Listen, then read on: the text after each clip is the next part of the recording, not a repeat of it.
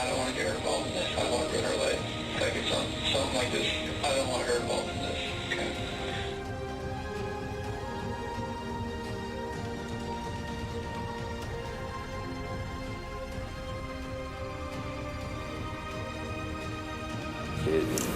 It made contact and shattered. At some point, Chris locates what's called a drive-in.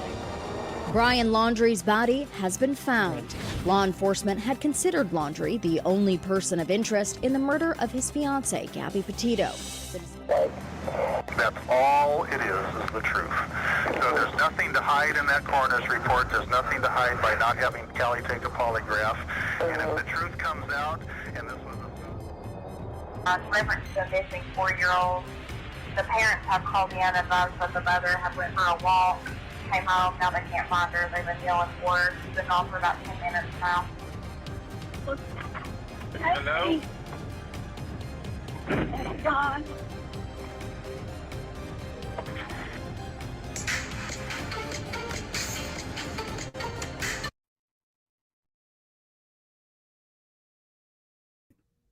Hey everybody, thank you for being here for another ATS News live stream. We are covering the Dylan Zrounds case.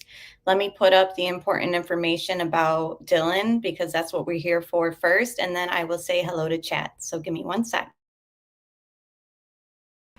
Dylan Rounds was last seen at the Saddle Sore Bar in Montello, Nevada on May 26, 2022.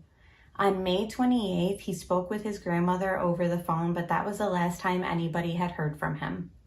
By May 30th, Dylan was reported missing, and it was on that day that they discovered his Ford truck and his boots were on the property.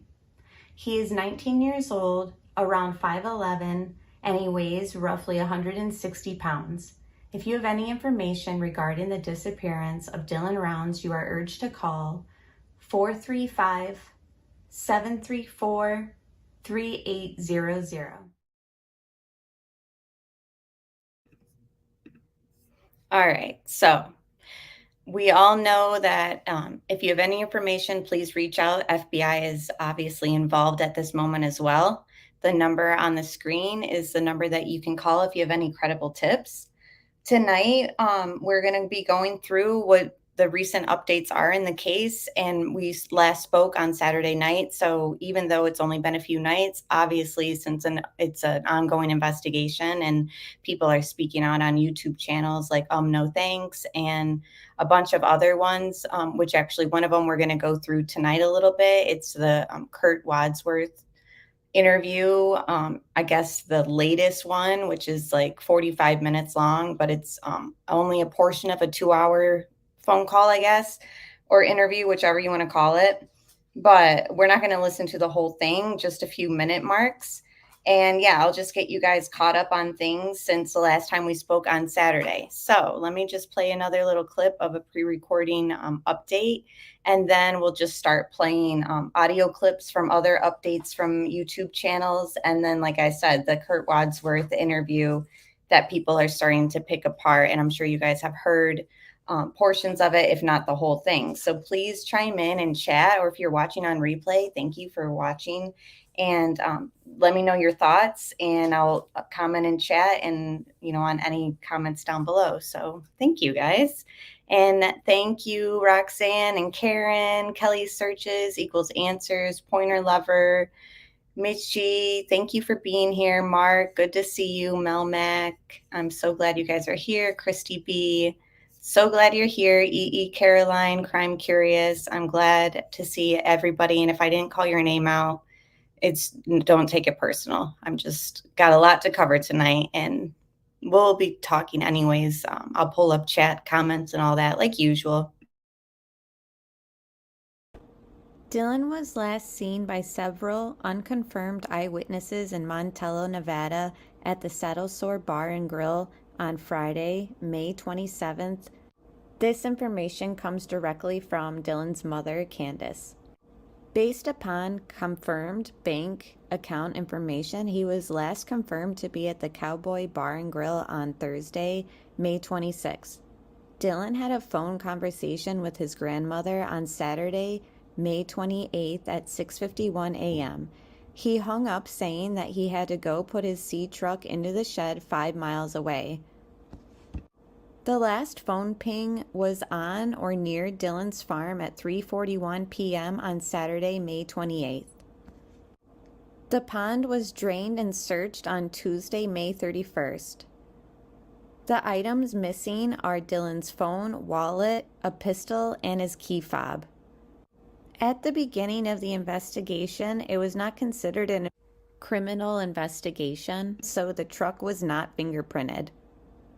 On June 14th, it was taken into police custody and ID'd for processing.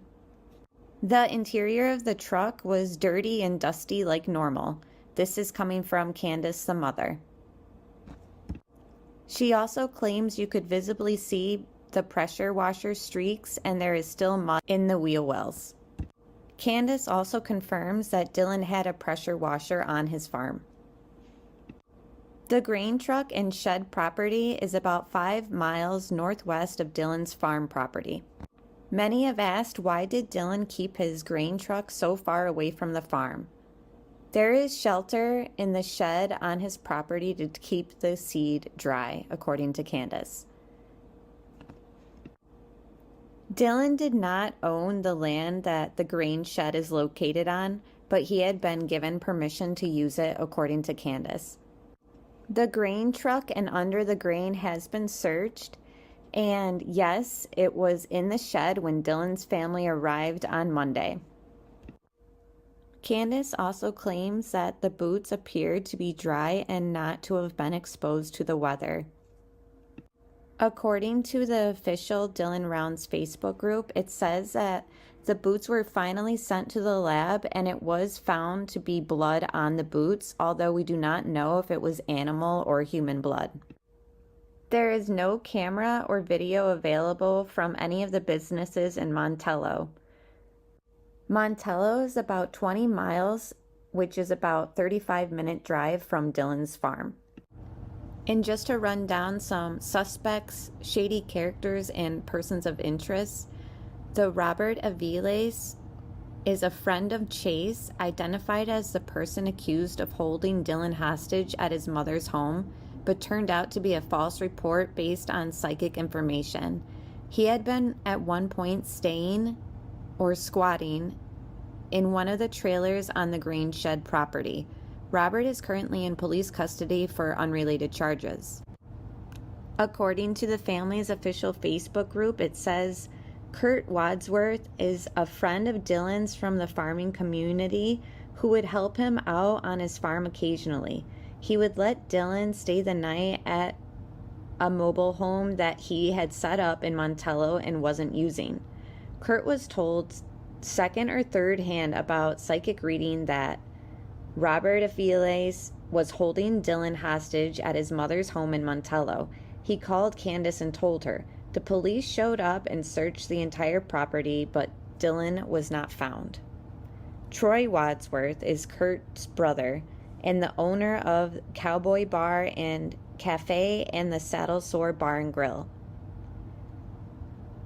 Everyone's painting the wrong picture here. And we're going to be live streaming tomorrow. Not everyone, Jess is not. Not everybody. Crime with Jess is not, but, you know, if she wants to chime in. But Dawn. But these are good people with good heart. They're not like what they've been painted. And we're going to put a stop to this bullshit. And the FBI, nobody's been arrested. This is a great bar. The detectives come talk to me, like 8 of them so far. Yeah. And he's still sitting right here. Dylan chose Lucent to farm because the land there is cheap. In 2020, barely anybody actually even lived out there. Alfalfa is the crop that Dylan was planting. It's a very versatile crop and can grow in various environments. On May 26th is the last bank activity at the bar in Montello. May 27th, there's eyewitness who claim to have seen him. Chase Venstra is the man in the desert that had no shoes on that Dylan gave a ride to. He is 41 years old and previously was in a police standoff and a police chase years prior in 2016, and he had outstanding warrants for DV, stalking, and assault. May 25th, on a Wednesday, was the day that Dylan gave Chase a ride and then lets him charge his phone and also gave him a soda. According to Dylan's aunt, allegedly days later, Chase was asking about Dylan around town and asked for a ride to Dylan's land on the 28th. Thursday, the 26th, was Dylan's last communications with his father and mother. Saturday at 10 p.m., Chase is seen on CCTV footage at the Little Caesars. Saturday is Dylan's last verbal contact with his grandmother in the morning. Dylan needed to set the grain truck under the cover, but that was 5 miles away and it was about to rain. The seed truck was found under the shed and the seeds were under cover and protected from the rain. Dylan's truck parked at the trailer was 5 miles away from the seed shed. Truck was in four-wheel drive, but the four-wheel drive was broke, so whoever put it in the four-wheel drive didn't know it was broke, and maybe it means that they were climbing uphill, driving uphill, or at a steep terrain. The truck was locked and the gate was locked, but being in such a remote location, that's strange, and even Candace, the mother, said that he wouldn't lock everything up like that. The weather report states that it rained the 28th, 29th, and the 30th. There were no tracks and no mud on the truck where you'd expect there to be mud with that type of weather. The tires and the rims had no mud on it. However, the front wheel wells were muddy. If Dylan himself placed the grain truck under the shed to protect the seed from the rain, then he would have had to walk back 5 miles to where his trailer and truck were parked. But how could he have done that with no boots on? Kurt and his brother Troy run the Montello bars and the Saddle Sore. It's being said that Dylan would actually use the Saddle Sore bar and Kurt's trailer for running water because his trailer had no water. Boots behind this dirt pile that's straight out back here. Okay. Hello, Valerie, and everyone who joined. Pierre81. I agree. Little Caesars is pretty decent pizza for the price. Teresa, thanks for being here. Thanks for joining, guys. So I just wanted to lay out, the basics and facts that we know thus far to kind of give us a run through. Obviously, everything that we have in this case, the facts are minimal, but there's a lot of conjecture, a lot of theories, a lot of hearsay. So now that we've got kind of that stuff out of the way, like the facts, those things were sourced directly from the Facebook page that is the family approved one. And I believe there was some information in there from Stephanie Harlow's video and other credible YouTubers. If anything was incorrect, any of that, I encourage anybody in chat to correct me on it and or down below in the comments, because I'd like to keep the facts 100% clear and just, stated factually. So now I want to play into some of these other things. This obviously is from the Heavy D Sparks video, the channel. One of the things that kind of stuck out to me was just this little segment of what Candace is saying. And obviously this is very early on in the investigation, and everything was just kind of flowing at a rapid pace for Candace at this moment, I think. So I just found this information important when she describes that the mud and the ground looked like it was dug in a little bit from where the grain truck was put in there, like possibly looked like it had gotten stuck. So when we're talking about the timeline, and we've said in previous live streams that the timeline of the weather and the rain and how long it would have taken the mud and the terrain there to kind of become that concrete type where you can't hide tracks, all that plays into what occurred that day. You know, we know that he had the phone call with his grandmother very early on, spoke about the urgency of getting off because it was going to rain. But at that moment, he had to still get to the grain truck, but the grain truck was actually put under cover anyways. So that seems like he made it there. But we have to keep in mind that we don't even 100% know if he's the one that put it in the underneath the shelter. So just to lay everything out on the table, we have to keep that up there as a possibility until we get more information on, yes, it was actually Dylan who did that. We have knowledge of whatever, you know what I mean? So I just feel like even Candace kind of starts to explain that here, that, you know, it's just kind of bizarre that the grain truck was put under shelter. So was that by Dylan? We don't really 100% know. About 400 yards from where he left his grain truck. So we're starting to wonder if he was even the one that took his grain truck out there. There's some sketchy stuff because there's really deep ruts where his grain truck was, and it shouldn't have rained that hard already. Yeah. Because the rain didn't start till like 6 in the morning. So the deep ruts, sorry if I worded that incorrectly, but the deep ruts of where the grain truck was, she was concerned of. And I hope that they had taken pictures and all that. I wonder if they processed the grain truck too. That's a good point. And hello, Ambi. Thank you for being here. And yes, her profile picture is always gorgeous looking. Thank you so much for being here. Thank you, Pierre. Started raining between 5:30 and 6 o'clock in the morning, and it wasn't as substantial as a downpour. And then it got really windy, tapered off, and then really started raining hard late in the afternoon and all day. So she said the rain in the early morning wasn't a substantial downpour, but it did rain. So I think she's almost leaning to saying later in the day when it rained a lot more, she's thinking maybe that's when the grain truck, the ruts were in the mud. Am I understanding this, like how she's explaining it? What do you guys think in chat? Hold on, let me rewind it a little bit. It seems like she's almost insinuating the way that the ruts were deep in the mud there.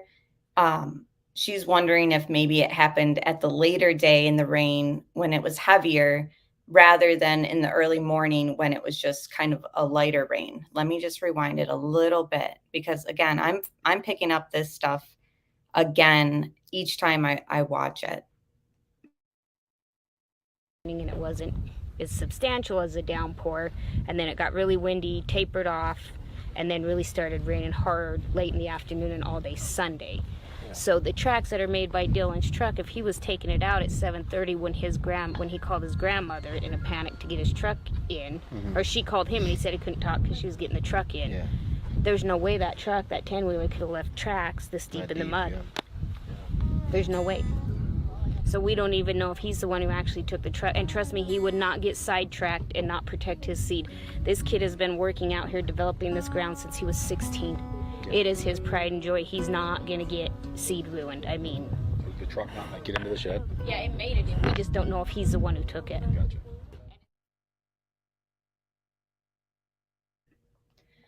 So it almost seems like she's insinuating that it was moved, it was left out and then moved after the heavier rain.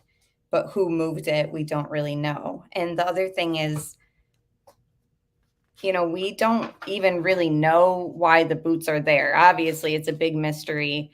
In my mind, I'm thinking at some points, I wonder if he left the property to walk back to his trailer.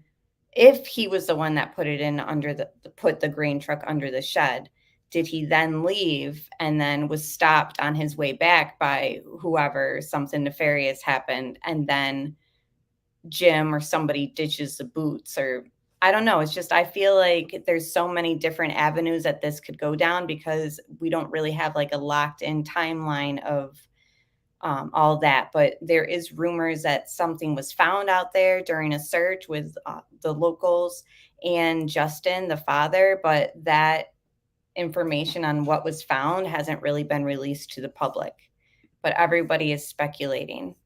So, like I said, our last update was Saturday. A lot of things have been said on YouTube since then from locals and all that. So I figured I would just play some of the clips that I found interesting. And again, these were days ago. So once I'm listening to it, I'll kind of comment on why I'm finding it interesting, or it'll just be obvious. But I haven't listened to these in a few days. So it'll just be refreshing why I thought it was interesting. And then some of the Kurt Wadsworth interview that is part of the 2-hour interview that's been released out there. Some people have heard. Hopefully, I'm hoping whoever heard it or has it has given it to the FBI. But I appreciate this channel that will be referencing putting it out on YouTube so that we could hear at least 45 minutes of it. And so, yeah, we'll just get into that in a moment, and then we'll just play these other updates, audio clips that I've heard, and they're just case related on No Thanks Investigates. So I'll be linking his channel in the description box when everything's done, or if mods can link in a chat, that'd be appreciated as well. So let me get ready to play this audio clip, and then we'll figure out why I even recorded it.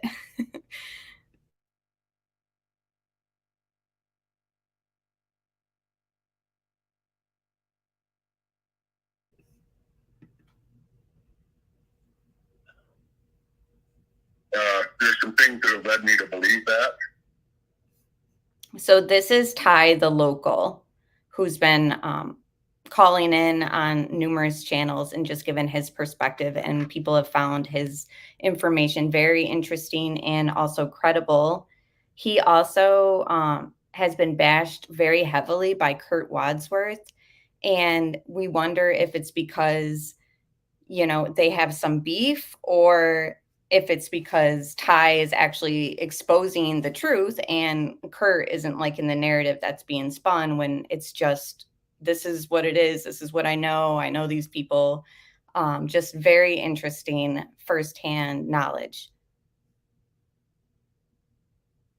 Like what? And well, I don't believe that the FBI has any more interest in Robert Avila. I heard that from his mom. His mom called the FBI today because she was upset that he cooperated with them. So he said that he talked to Robert Avila's mother, who is saying that she spoke with FBI and they're no longer interested in Robert in reference to Dylan's disappearance. Now, this is all hearsay. Take it for what you will.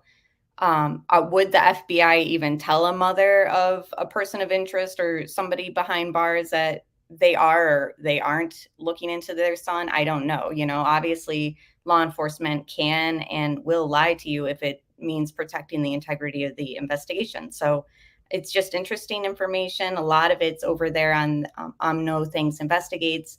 But yeah, these are just little clips that that piqued my interest. Nobody had helped him get out of his charges, though. But he'd been doing the chase as far as TV and stuff. And the FBI agent, as she told me, said that they no longer have any interest in Robert. And I believe by the words she used, I think that she actually talked to the FBI agent, and that's what they told her. So they must know something that they're not saying, and I think that it's probably going to be Jim Brenner. Putting him with who? Doing this alone, or? You know, that's the $1 million question, or should I say the $100,000 question. I tend to think that if people were involved, that the 100,000, that somebody would tell.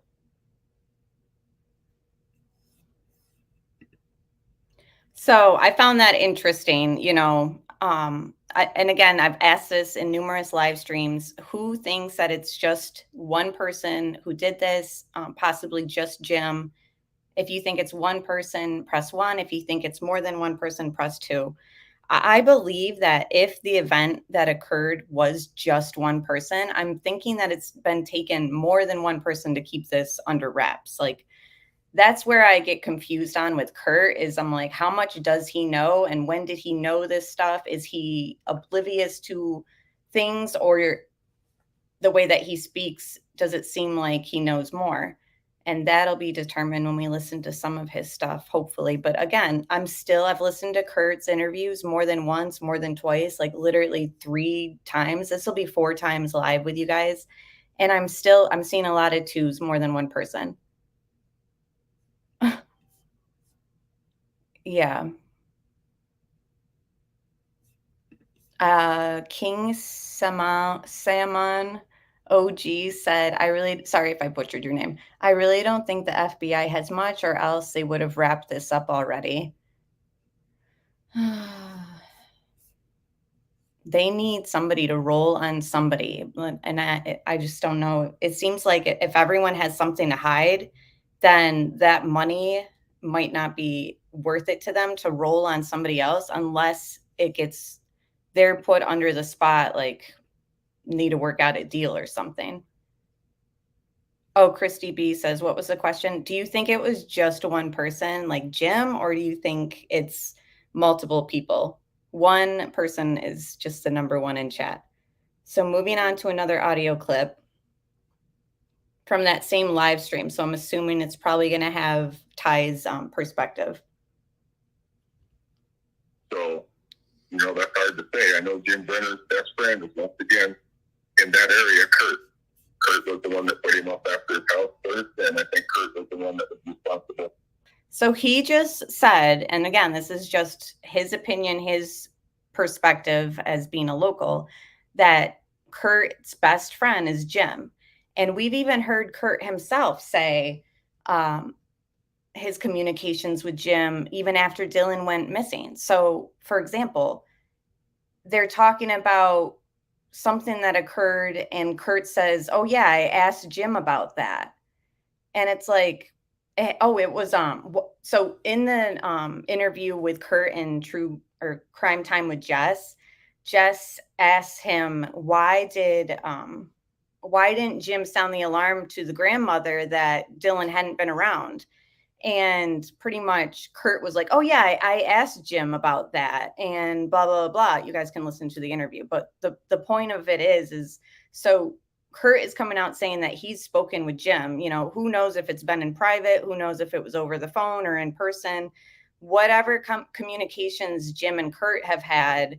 I'm very curious to know what's being said behind closed doors between those two. I just wonder if Kurt is an accessory after the fact, or if he's part of this cover up. I really don't know what Kurt's angle is, but it seems like the more we look at him, the more he's kind of changed his story, or it's evolved in every interview. Like he mentions, Dylan told me that he power washed the truck, but in previous interviews that wasn't mentioned. It's just like new things on new things that keep evolving. And I don't know where I stand on Kurt, but it seems like there's a little bit of hiding for whatever reason.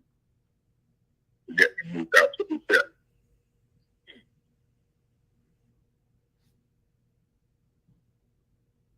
So let me just play that again, because it was just very short. So, that's hard to say. I know Jim Brenner's best friend is once again in that area, Kurt. Kurt was the one that put him up after his house first, and I think Kurt was the one that was responsible for getting him moved out, what he said. So the other thing too is when things go down, Kurt says that Chase and Robert, it's just like, I don't understand all the pointing at every single person that Kurt has done and caused a bit of chaos, and he's still causing chaos in the case by, even though like we're peeling apart like everything he's saying and listening to it, it's just sort of still kind of causing a bit of confusion and chaos, because like I said, the story is evolving and changing. He went from saying that a psychic told him that Dylan was still alive, and he had hope and thinking like, we got to get on this, we got to get him. And then when we listen to this other interview, he's going to go into detail, and I'm sure you guys have heard it, about how Dylan was ambushed and they put a rope around his neck and they were doing this and that, and he tried to fight him off with his boots. And It's just like totally different from his whole like, he's alive, we have to go get him, and nobody would listen to me. No one would listen to me, and I'm the only one who knew how to find him, blah, blah, blah, blah. It's just been, he went from praising Dylan in the first interviews to like sounding like he hardworking guy and this and that. And then suddenly in the interview that we're going to listen to the clips from, he's very, kind of bashes Dylan. You know, he was a slob. He was dirty. I was picking up after him. I told him, I'm not your mom. I was trying to tell him how to act so that he could marry someday, or, you know, just all this crazy stuff we'll listen to. So it's just, he's all over the place and no one is really understanding why. What are you guys thinking? If Dylan's boots were out in the rain and white clay out there, they would have been super dirty with the parents found them on Monday after all the rain and storms. I agree, King. And that's what's kind of fascinating by Candace saying that they appear to be dry and not exposed to the elements. If that's true, then that could also play into the whole grain truck in the ruts. You know, if something happened before the heavy rain, and then that grain truck got moved after the heavy rain or whatever, I don't know.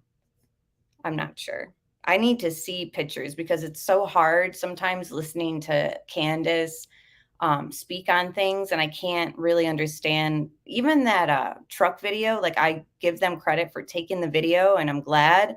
I wish they would have gotten pictures of Troy's scratches on his arms, but I'm not faulting them or blaming them. But even that truck video, it's kind of hard to see like what they're trying to convey. But you know, what can you do? You just try your best, obviously, in the situation. All right, another clip. Accomplice, right? Yeah, I would think so. But if the FBI agent told Yvette that he had no longer had any interest in her son, Somebody got chased out of town, though.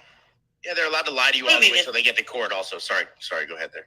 yeah, I believe that too. Crime and Justice has, is he going to say something? Go ahead, Crime and Justice.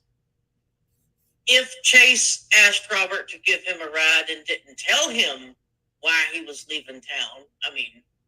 Well, did he pull a gun on him to give a ride? How did this ride happen, and when did the gun get pulled on him then? No, the gun was pulled on Robert Avila by Jim Brenner at Becky's house. By Jim Brenner.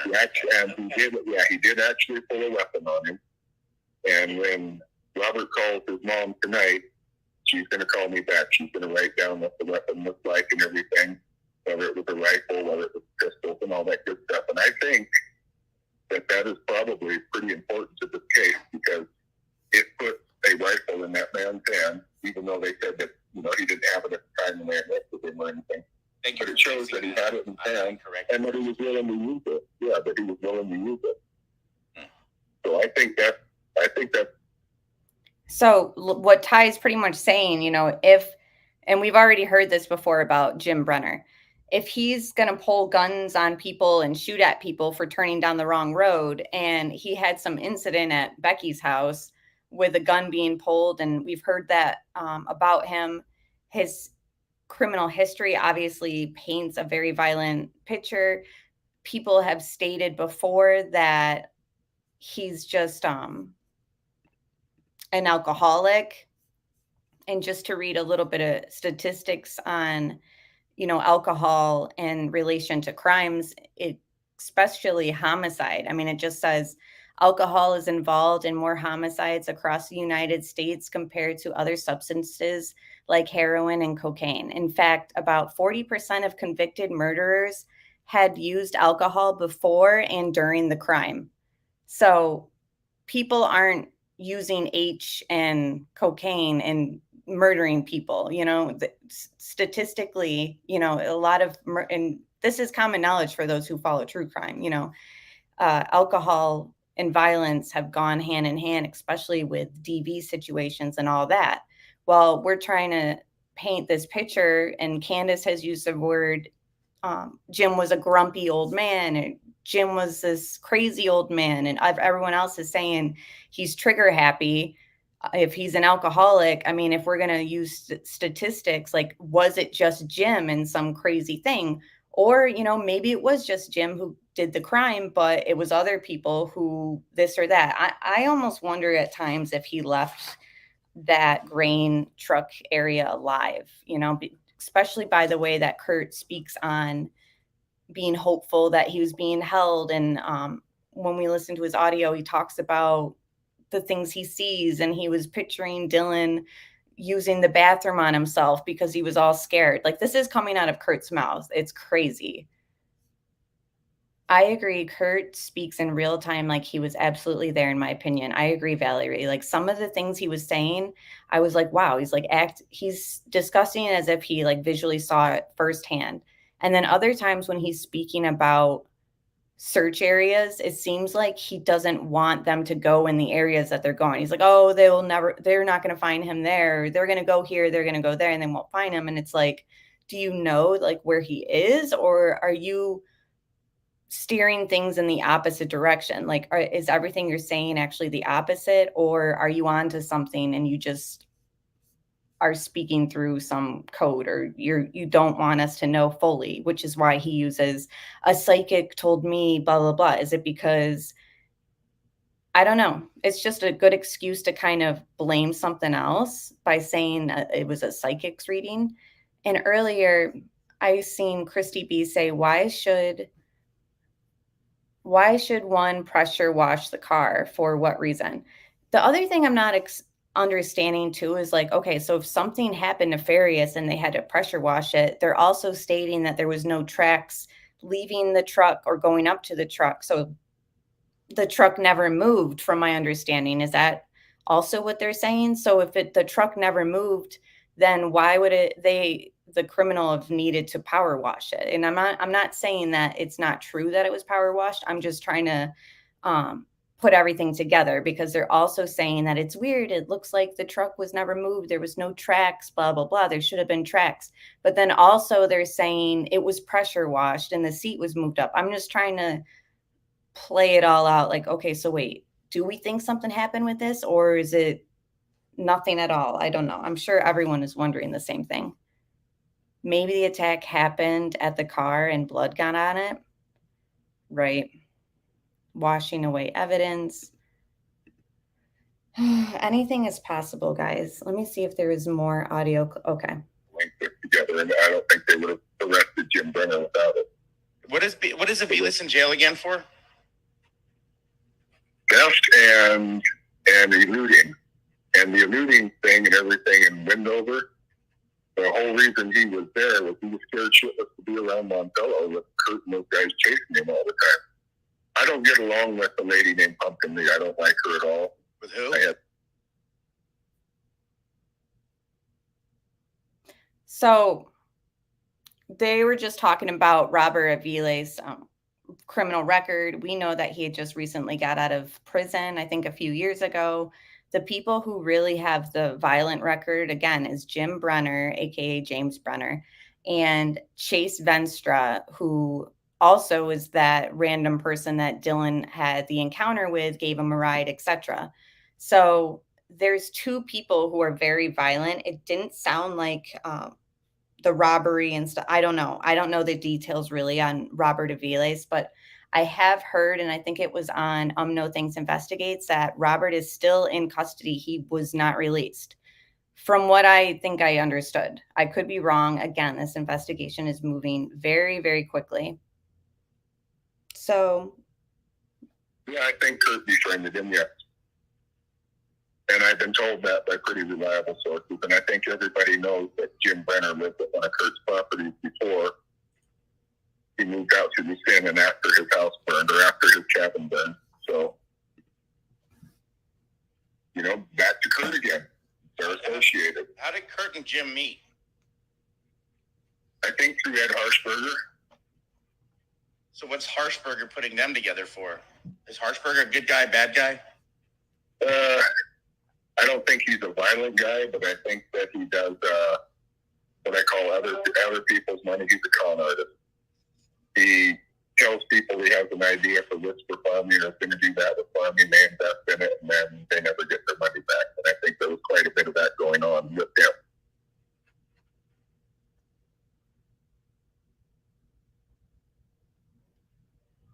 So just some little interesting background information on Ed Harshberg, just from Ty, the local.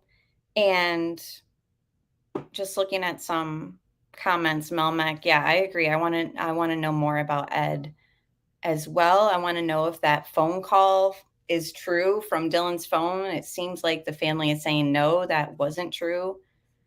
The 1 minute voicemail that was left, don't know. How much rain has the area had? I'm not sure on the amount of rainfall this season, but I do know that they said, according to recent satellite imagery, that it's appearing that Dylan's crops are growing, and it's showing like green on the satellite imagery, which is so sad because everything is carrying on without him. And where is he? And hi, BLN. I saw you come in. Thank you for being here. All right. So just in reference to some of Kurt's interviews, the one with Crime Time with Jess, he goes on about the psychic thing. And I really encourage you guys to watch that interview if you haven't yet. But there's a point where he just gets so like loud and he's like, I don't know where Dylan's at. I don't know. And it was just so random. And it was just almost like convincing language. Like nobody had asked him if he knew. It was just like something that he was just frantic and like blurting out. And it was just so random. But that was like very weird, I thought, out of that interview.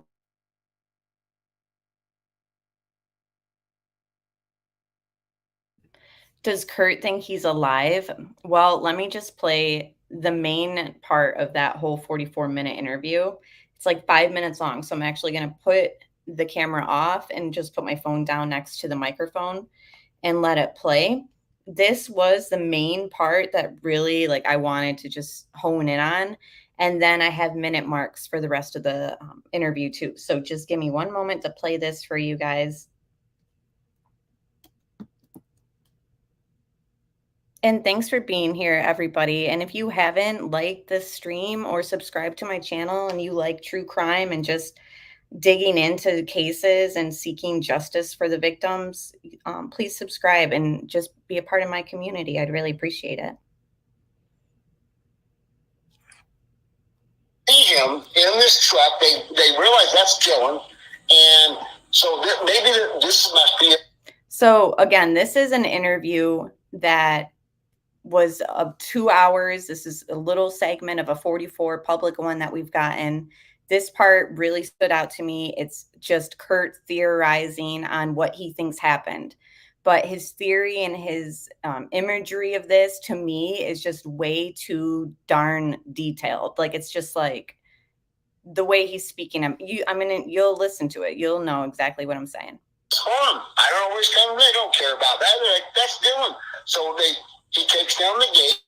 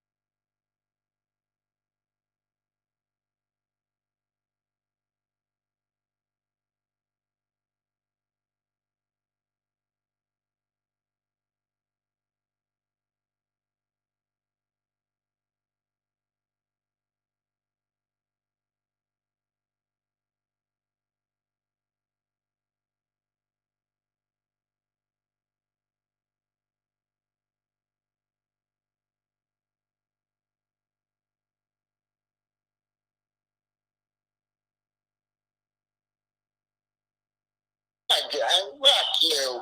And then they pull a gun. Hold on. I don't know why it got muted. I gotta rewind some, guys. Sorry. And then it goes right to. This is going to be my third time. See him in this truck. They realize that's Dylan, and so maybe this must be his farm. I don't know where he's coming. They don't care about that. They're like, that's Dylan. So he takes down the gate, and he goes in, drives up, parks in this fucking building, and they pull up right behind him. He's getting out, and they say, Dylan, will you hire us? We need a job. And Dylan's looking, I'm like, no, I'm not hiring. I don't need no help right now. I got plenty of help. And they're like, and then it goes right to, they heard about $30,000 ticket, and then it rolls to, okay, fucker. Give us some money. We need some money. Fuck, that's, wow. You And Dylan's, and he's a cocky little fucker. If they said, we want your money, he's like, fuck you. You know, and that's kind of a stupid thing to do, in a way. If there's two guys running you and you act like that, you said, oh, you want money? Why, you hold me up or something? Yeah, we got a gun. Here it is right here. Oh, okay. Well, we got to go for can you give me a ride back to my farm? That's where my money's at. It's not here. I just park my truck here. That's all. I don't have no money here. But let's go for a little ride and I'll give you some money. Keep you off my ass, you know? I mean, what's money worth if you're going to die? Not worth the fuck, right? Yes, exactly. He's 19 years old. He don't think that way. He's thinking, no, fuck you. You're not good. Fuck you. And then they pull a gun out, and he's like, oh, shit. Oh, my God.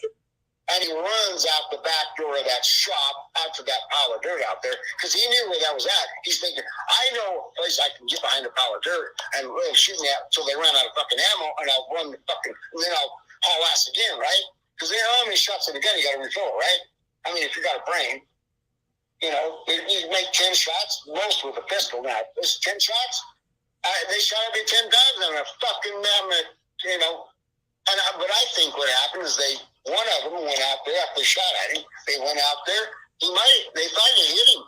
And they may have hit him. Because one of the psychics said he got hit in the head. And they thought he was fucking dead. And they go out there, and he's not dead. They're like, oh, shit. He's still alive. We thought we can't let him run away because he's going to tell the authorities, right? So we're going to kill him, right? And I didn't get the job done. So I'm like, oh, he's still alive. So now what are we going to do with him? You know, and maybe he was alive enough that he took his boot off. The only thing he had to fight with. That's what I think happened with boots. He took his boot off to use as a weapon against them because they're coming at him. He's wounded. They're coming at his ass, right? And he takes his boot off and he's swinging at the fucker, trying to get him off. Whether, you know, with the only weapon he's got. And, imagine if you swing a boot or something, you miss, it's going to go flying. You can't hold on to it. It's heavy enough, it's going to fly around. So he managed to get his other boot off. And were they steel toe? No. They're just fucking, work boots. So, if you're swinging a boot, you're using the heel. The heel is what's going to do the work for you. Imagine getting a hold of a boot. You know the high top boots? And his boots were his only weapon. Yeah, maybe the Lord's putting these thoughts in my mind. It could be, I don't know. But I just want to imagine happens. So he takes his other boot off, and he takes a few swings at him, and he misses again. That boot goes flying the other direction, right? Now he's fucked. Only thing he can do is fucking run. Well, he's wounded to start with. He has no shoes on. How far is he going to run? They got shoes on. They're not wounded. And they chase him fucking down. They get their hands on him, and they start beating on him to calm him down, right? They're like, you motherfucker, you're not getting away. You better quit beating on him. You better quit swinging because we're going to kick your ass. Damn. And then they put a fucking piece of twine around his neck, and they walk him back to their vehicle or whatever with a piece of twine around his neck. He has no way to get away. At this point, he realizes I'm fucked. I am fucked. I gotta listen to these motherfuckers at this point. I gotta appease them to some degree. I appease them, they're gonna fucking kill my ass. Oh my God, that makes the most sense. So at some point they said, "Where's your fucking money?" Where's the money? Where's the money? And he says, "Okay, well, he's trying to appease him. He doesn't want to die because they have a fucking rope around his neck, and they're gonna throw him in the trunk of a fucking car, I have to think, and they're gonna take him to a drive. Well, they probably set him in the seat to say, okay, show us the way to where the money's at." At that point, I don't think they knew where his farm was at. So this is how the seat and shit got forward, okay? So they drive him, they make him show him where his place is at, right? He's tied up, he has no defense whatsoever, and they said, where's your wallet? It's in my truck right there. And that's why they put him in the back of the truck, because probably blood was dripping out. Oh, I don't think that happened. No, I don't think that. But well, anyway, if he was shot, there would be, he would be dripping blood. Well, maybe that happened, or maybe. So that was the main, theory. That's what he thinks happened. Obviously, I'm looking at the comments. Everyone's on the same board as me. Like, it sounds like it's scripted, just super detailed. Kurt is too matter of fact not to have been there. This isn't a theory. This is what happened. I can't believe he thinks people believe this is just a theory. Kurt knows his boots aren't steel toe. How would he know that? That's a good question. He knows a lot about Dylan. He, was probably spoke the most about Dylan out of everybody. Just, that's just what I think. He seems awfully sure of what he's saying. And that's the thing too, is like, I'm just thinking too, if it rained on Saturday, lightly in the morning and then heavier throughout the day, and then they're also saying that Dylan's truck looked like it was power washed. So then are we supposed to assume that the power wash happened on the day that it wasn't raining? Because wouldn't the rain remove evidence of it looking like it was power washed? Am I making sense?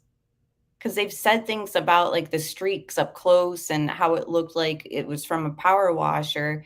But I'm also hearing that the weather that day or that weekend was it rained the 28th, 29th, and the 30th, I want to say.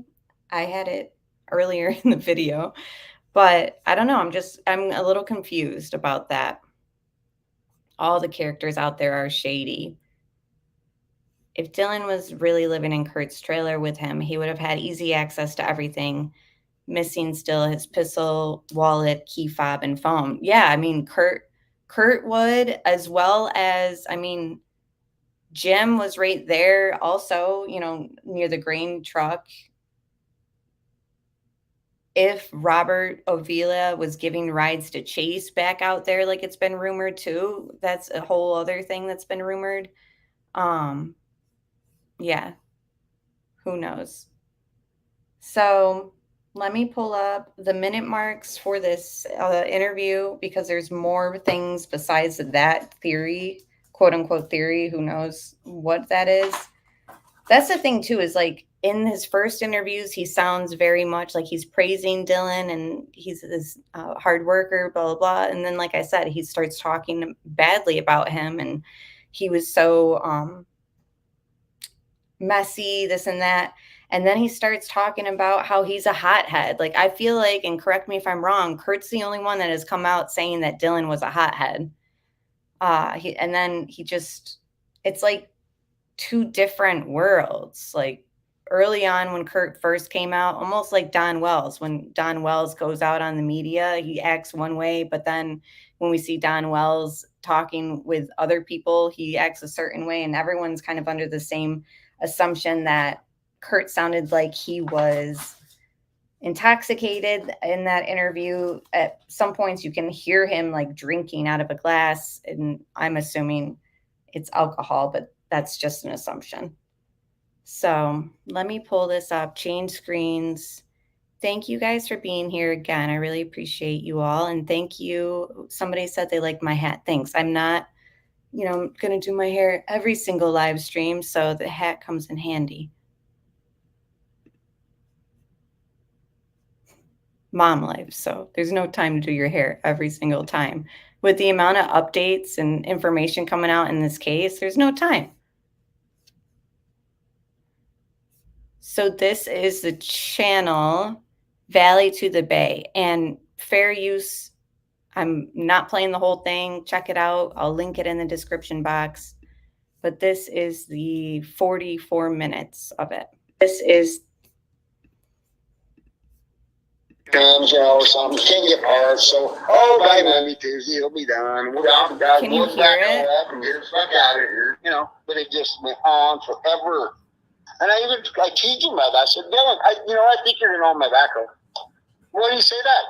Because it's a rusty piece of shit being on your property as long as it has, for one thing. I don't, and it's broke. It's got everything that can be broken on is broken.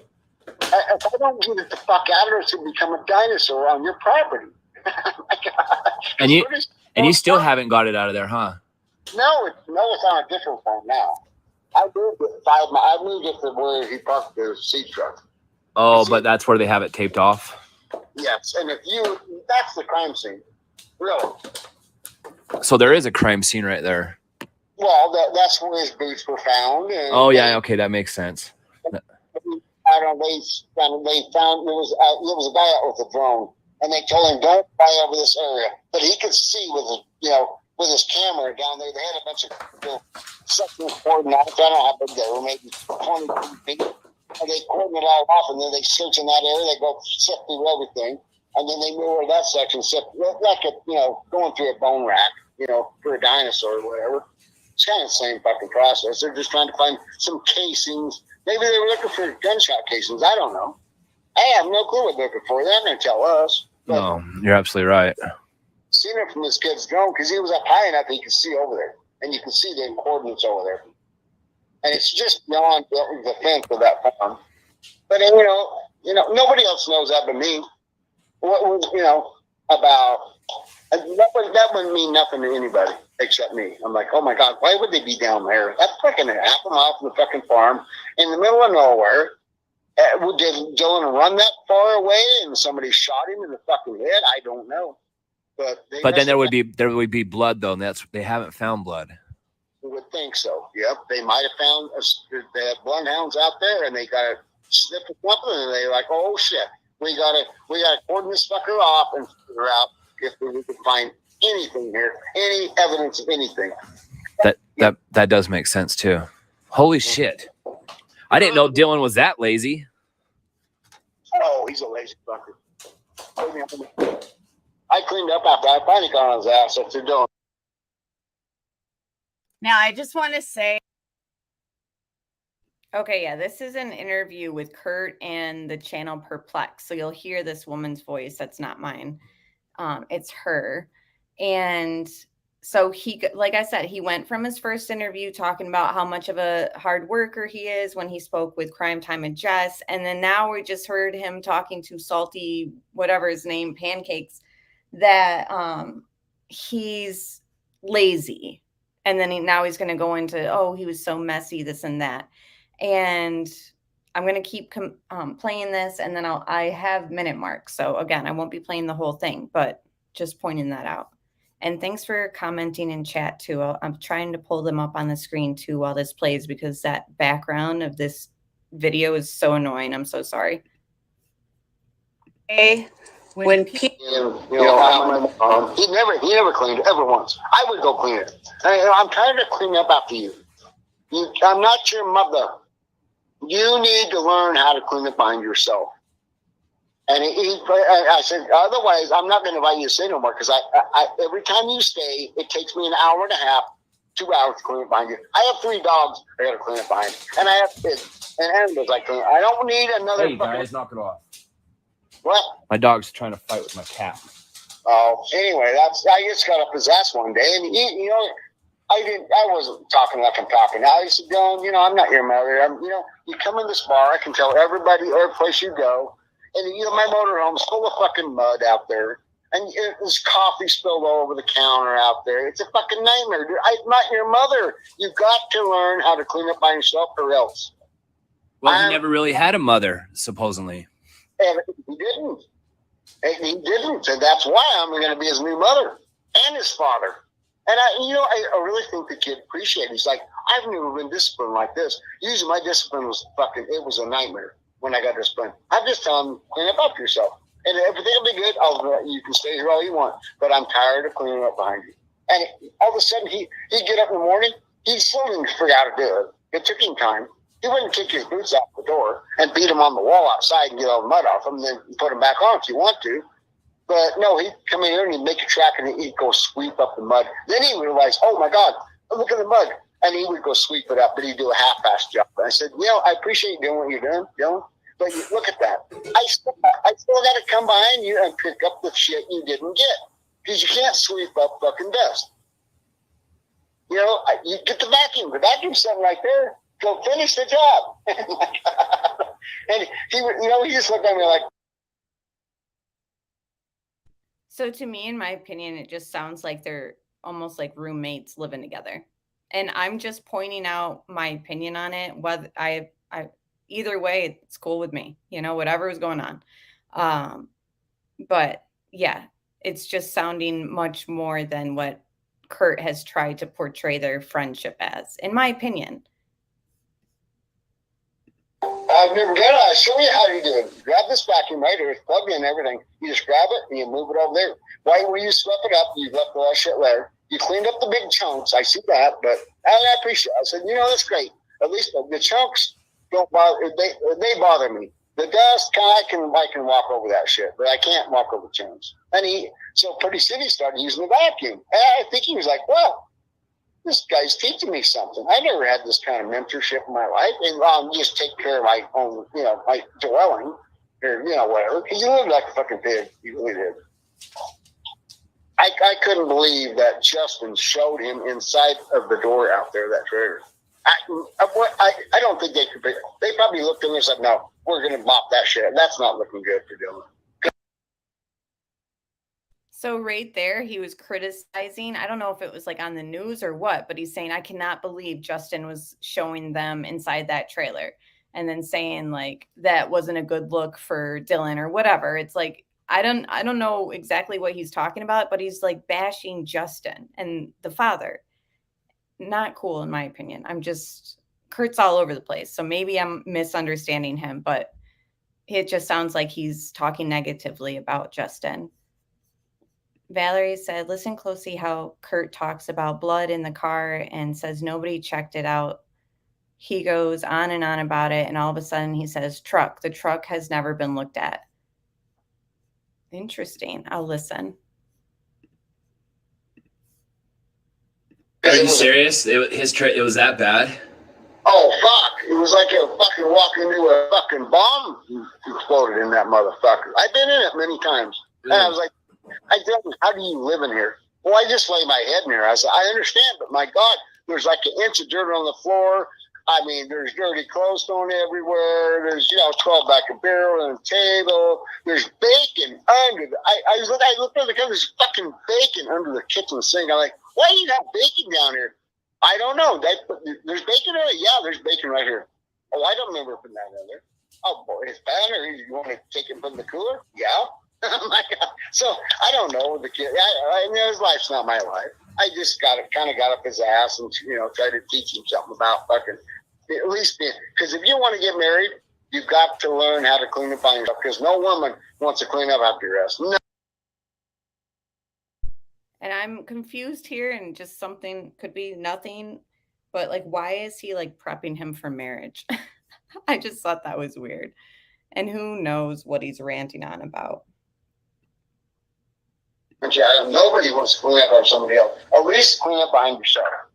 If you want to spill coffee over the floor, at least mop it up. And he was the worst at that. My God, he'd pour a cup of coffee and half of it would be on the floor. Every place he walked, you could tell it'd be on the chairs in here, on the bar. It was like he had cerebral palsy or something. He just spilled coffee out of a cup half full. He could spill coffee. I'm like, how do you do that, dude? Look at you spill coffee and your cup's only half full. I was making him realize what he was doing, right? I'm like, dude, I don't know what your problem is. Don't fill this full or get a cup that's non-spill. They're tapered the other way. You can't spill the coffee out of it. I have a couple of those.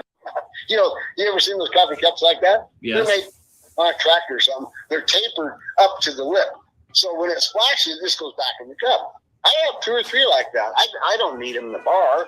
But if I was on my back, I need that kind of shit because it's going to splash out. But that thing, it just ends up back in the cup. It's all good.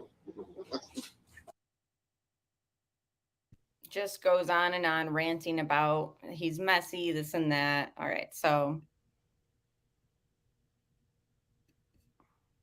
Wife was a sidekick, and that it all makes sense. Weird. My wife, they actually covered that up because my daughter told me, Dad, My mother knows a psychic in Pocatello. I went to her several times, which they actually do. But she kind of held that undercover. She said, Mom, I had Mom call the psychic. We go to in Pocatello, and she done a reading, and this is what she came up with. Just a short reading, like, maybe 15 minutes. Just flipping cards, right? This is what she came up with. And I wrote it all down. I still have a piece of paper somewhere. I have all the same. It was like 5 points. There's a woman involved. The man is holding the Dylan hostage. The woman she feels sorry for Dylan because she's not a part of it. She got drug into it. She wants to turn him loose, but she doesn't know how to do it without getting in trouble with the man because she's scared of the male. She's scared to death of the male. And that's the first thing that come to me. I'm like, oh my God. I'm thinking, who? And asshole over here, this fucking Robert Aviles, his mother, he lives with his mother. So if he brought somebody home in handcuffs or whatever, or tied up, and said, Mom, this is a bad situation. I can't tell her story right now, but we got to, we need to keep this guy alive. We can't let him escape. And it probably only lasts for a couple of days, and we got to figure out what to do with him. I can see that happening because they're fucking tweakers. And that's why you immediately called Justin, because you were concerned, and you said, get your fucking ass out there because he could possibly be there. He could be right over there. I didn't say he was. I said, because this kid was with Chase, and we're 8 days into this fucking chicken box finding nothing, he could be right over there. Because I never thought he'd be in held hostage. And remember, he said 8 to 9 days, like when he's talking about when the psychic encounter took place, which is a discrepancy against what Candace says was the date that Kurt reached out to them about the psychic information. So don't know why things don't really align, but with Kurt, it seems like it's happened a few times already. But I just figured the kid's fucking dead, right? Or somebody took her for a long fucking ride. Yep. A kick over a house over here with a fucking a meth head mother and a fucking kid on probation. Does it matter? No. And Justin wanted to go. I'm going to go over there and kill them all right now. Where's this place at? I said, Justin, oh my God. What? We're going to kill them all? We're not going to find Dylan to go kill them all. Because if he's not in there, we've got to find out where he's at. And if they're dead men don't talk. So we can't go kill him. We might tie him up and... So Kurt is speaking about the psychic tip that was given to him about how Dylan was still alive and he's being held captive, and it had to do with Robert Avila and Chase. And it was at Robert Avila's mother's house. And he tells the family that specifically he's referring to his conversation with the father. 1 second. So he's getting the father all upset, obviously with good reason, about knowing that these people are being held, blah, blah, blah. I would love to know if Kurt was telling Justin that this is just what a psychic told me. I just want to know what that conversation was like, because if he's getting all upset, Justin, and wants to go over there and kill them, what stood out to me here, and what do you guys think about it? Kurt, even though he's referring to Justin, you can't go over there and kill these people. Dead men don't talk, saying that they need more information from these people. So you can't just silence them. But just that phrase is it was so eerie for me to hear because it's so true. Dead man can't talk. And when we're talking about a missing person, and people have already said, it sounds like Kurt knows more. It appears like there's something more here. He's referring to something else, but it was just eerie to hear him say, Justin, no, dead men don't talk. 1 sec. What do you guys think? Dead men don't talk. So we can't go kill them. We might tie them up and take them in the desert and threaten to kill them, and they'll talk. But we can't go just kill them. That ain't going to work. The guy was so fucking awesome. We can't just kill him. We could tie him up and throw him in the desert to get him to talk, but we can't just kill him. Where Kurt with these ideas, and for him to be suggesting that to Justin, the father, it's just sort of like, oh, okay. So like, what if Justin, the dad, which, you know, I wouldn't blame him if they found Dylan over there, but what if Justin was down with it? And he's like, yeah, you know what? Let's tie him up and let's get them to talk. That's a good idea, Kurt. It's just crazy, the type of ideas, because this isn't a theory. This is Kurt explaining to us his conversation with Justin, the dad. And he's saying like, yeah, we can do this to them, throw them in the desert, get them to talk, you know? And it's just like, were they trying to do that with Dylan? Like, I'm obviously theorizing and just speculating, but it's just crazy. Yeah, exactly, Karen. And this was his friend, right? Just these dark, gruesome theories. It's just concerning. Kurt has quite an imagination. Agree. It's like, what the heck? Hot man. He's like Dylan. Dylan does that all the time. He just fly off and start throwing wrenches out in the fucking desert. I had to go pick him up because he was a hot. Like, if something didn't go his way, he'd go off like a fucking, I don't know. Just he threw his phone at the floor in here several times because it wouldn't work. And he'd throw it at the floor and say, "You think that's gonna fix that motherfucker, dude? That's made it worse." So he was short-tempered. Yes, very short-tempered, and that's why I know. When he said, "Give me your wallet," he's in like, "Fuck you, let's get it on, bitch. Damn. Let's get it on. Let's fucking get it on. You're not getting my wallet. No fucking way. Not without a fight, you fucking cunt. You want my wallet? Just come and get it." That's Dylan. Because it was like, you know, if something didn't go his way, it was instant fucking anger and, you know, adrenaline's flowing. And he told me a couple times, you know what? If these fuckers think I'm a puss out here, I'll kick their fucking ass. Because when I go off, I go off. I don't see anything. When I go off, it's like a blank page. I just start beating the fuck out of something. I don't even see what I'm beating. I said, what? So he's quoting Dylan here, talking about his anger and how when he goes off, he doesn't even see things. He just goes off or whatever he just said. But he, and correct me if I'm wrong, like keeps emphasizing how much of a hothead Dylan was and he'd break his phone. Why is he putting so much emphasis on Dylan being combative? Is it, you know, to steer us in a certain direction or what? I just don't know this man's motive. And hi, T-Spiracy. Thanks for being here. This guy seems like he's enjoying the attention. I know. And that's the thing. It's like, that's what I mean by I don't know what this guy's motive is. Like I said, his stories and everything that took place is elaborating with every single interview that he's done so far. Certain things he's mentioned to certain people that he didn't bring up and other ones that you would think would have been brought up. It's just crazy. It's absolutely crazy. I'm just reading these comments.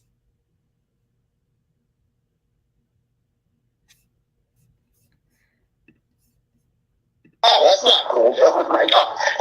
You gotta have a sense of what you're doing. He goes, I don't. I've done it a couple times with friends, and I just go blank. I said, wow, that's not cool, dude. You need to get it. Hi, Duke. Good to see you. And I saw Criminality come in earlier too. Hello. Handle on that shit. That's not cool. Fuck. And you do that in this town, you probably go to jail. I mean, tweakers get away with murder out here. But you can't do that. If you beat somebody at the bar down there, you're going to go to jail. Guarantee it. What's up? What is up with Ty saying that there's meth labs out there? Oh, I don't doubt that. That's probably a true story. There's probably many of them. And Justin told me that. Like a week into this, I mean, he had rolled on so many places out here. They were every day.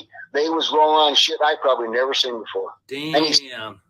And he said, God, you can't imagine the shit I'm sure I've already seen at least 2 meth labs out here. Holy shit.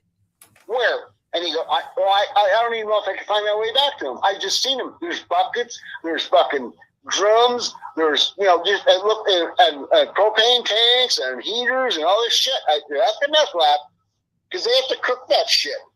And I guess he knew enough about it that that's got to be. It wasn't somebody trying to eat their house. with methane or something with a drum and bullshit. It's a meth lab. But there's another band and nothing there right now. I'm like, oh, that's a good thing, I guess. Whatever. But he said, I don't know if I find my way back then. I just, I ran into him and I vetted him out and just went on down the road. That's crazy. So, 'cause I didn't get the impression there was meth labs in the town itself. Oh, there could be. There could be. I could think of about 3 places in this town where they cook meth. Damn.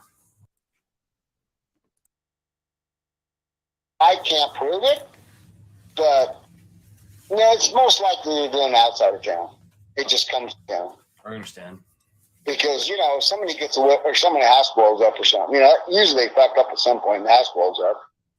But the best way to cook meth, from my understanding, is outdoors. Because you can't, if you fuck up, there's a little explosion, but don't fuck your house down.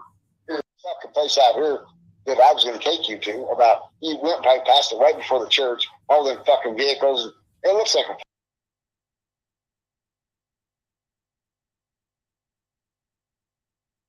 it was ghetto. It is. So Kurt seems to know an awful lot about cooking meth and all that. All right, let me skip over here. It's ghetto, guaranteed. But you're right. There was a lot of cars and a lot of equipment, which looked like, wow, that's kind of weird. Well, that's why it took the FBI, from 9 o'clock to 4 o'clock to vet that fucking place out. And interesting that he knows the exact hours from 9 o'clock to 4 o'clock to vet that place out. And they're talking about some area that had equipment and all that. If you listen to the full interview, you'll hear the whole context of that. But the, just him knowing like the details of when the FBI were there and spent there. I mean, interesting. It could be not something, but it could also be, we've seen in a lot of cases in true crime where people who are involved in the crime like to follow the investigation and news and media and stuff like that very closely.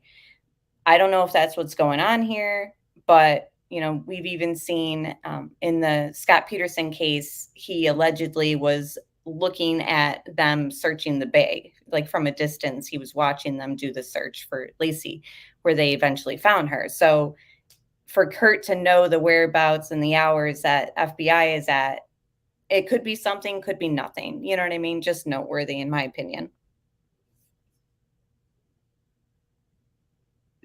And when the fucking tweakers come to town, oh my God, this fucking FBI come out, place that fucking John who's threw us on the bus out there. They had me sitting on my ass for 6 hours. I couldn't even move. They said, sit right there and don't move till we tell you to. The guy that doesn't own it, but his brother does, right? Also, so the FBI looked into those people. Oh yeah, and they never found nothing. Well, the FBI ain't gonna tell them if they found something. Come on, what the fuck? I'm like, the lady that lives next door. I talked to her, and she goes, "Why do you?" I said, "That's Tweakerville." She goes, "Why do you say that? I live here." I said, "Linda, I'm sorry you don't know what you're right in the middle of out there. If you're that fucking retarded, but you live in Tweakerville. I see this shit go on out there. They got lights on all night. They're cooking meth outside because they know that's how you have to do it. They already burned down Black John's house over cooking meth, and then." So he's just going on and on about knowing about the tweakers in the community and everyone around them and where they hang out at. And he's telling this woman that she lives in Tweakerville and blah, blah, blah. It's just, why does he know all this stuff? And why is he connected to all these shady people as well? Jim, he's got a connection to everybody, Chase, everybody. So let me skip around still, because this is very all over the place. Criminals are always badass until an old, frustrated judge them differently. Kurt is making my ears bleed. Yeah, I'm sorry. That's why I couldn't do it to you to play the whole thing. He's hard, especially when it's just like, he's just drunken rambles at certain points. But, I'm a firm believer that thinks what people are saying when they're drunk a lot of times is the truth. It's running back and forth, like past my door 10 or 12 times a day, which is like over the top. I'm like, and Jim was there. He witnessed it too. And he goes, what the fuck you think they're doing up there? I was like, I don't know. I don't know what a meth lab takes to work. They're hauling propane back and forth. They're hauling water because the guy didn't have water. All the goodies it took to do it was happening at this guy's fucking place. And I guarantee you what happened. So, he's talking about the resources it takes to make meth and this and that, and they need water and they need propane. It's just, I just really wonder what level of fighting over resources and just this drug issue has as far as like an influence on this case. What is the motivation behind it? I still am not certain on what my motive is. I don't know if it's the resources out there, like water, the land, the crop, everything that he had going for him, his plans to do the pig farm. Like, was it something envious and somebody just said, no, you're young, you're not going to have it. They talk about how Jim is this old grumpy man. Is he somebody who pretty much, it's like ageism? Is he stereotyping and discriminating against Dylan because he's the younger generation and he just doesn't want to see somebody like Dylan succeed? And it was something like that. Like, I'm not sure on the motive or what's going on, but there's a lot of stuff. There's a lot of moving parts, a lot of shady characters, as we all know. I've heard a lot of things about water rights. That's very possible. I just cannot put my eggs in one basket. I don't know if this was just a spontaneous drunken rage with a gun. I don't know. I need to see Dylan, for one. He needs to be returned in whatever condition he is, hopefully. And then the sooner the better, so that we can see cause and manner of death if he's passed on. Which some people are very hopeful that he's still alive. We just don't know. Old fucker, he's like 75 years old. And he said, well, I'll finish this off. I'll shut it off. And the fucker fell asleep. And the fucking shit burned up and burned his house down. Holy shit. They were cooking meth there. And they left him to tend the last little phase of it. And he fell asleep and fucking burned his house down. That's my theory. At some point, they trusted the old fucking 75-year-old man to finish it off, and he fucked up. Damn. So, but he lost his house, though. He lost everything he had over there. That guy lived there for 35 fucking years. He lost every fucking thing he owned, which I don't know what that's about to, but whatever. He burned his structure down, what he lived in. And then all of a sudden, there's a motorhome sitting out there he lives in. Somebody donated a motorhome because it's a goddamn thing. Because the signs out there on his gate, it says help on both sides, help. And I said, I told the FBI, you need to go out there because I rode past this place. Okay, hold on. Two things. Yes, T-Spiracy, they brought cadaver dogs out there. And Delana, very, very possible. She said, I believe land, crops, resources, water, money, and power. Yeah, I think it's a huge combination, I think. It could be, at least. It's up on the board as a possibility. Was it something that people wanted from him? Jealousy, envy, money. Even Kurt was working for Dylan at times. So once Dylan got these crops going and really got moving with this, he's obviously going to be an employer for that small community. So people are going to want jobs from essentially whoever's running that farm. So when we talk about power being as an aspect of this, listen to the way that Kurt talks and how entitled and like full of himself he is. And he's just somebody who runs the saddle sore or helps run it. But that's the only bar and area that people socialize at. So it's given him this sort of prestigious power in this community, in my opinion. Whereas Dylan was pretty much going to be the next, one like that. And maybe even more so. So he would be starting his business and farm, and how many employees could he have and what power could that person hold? Somebody didn't want Dylan to have it, possibly. So back to what Kurt is saying.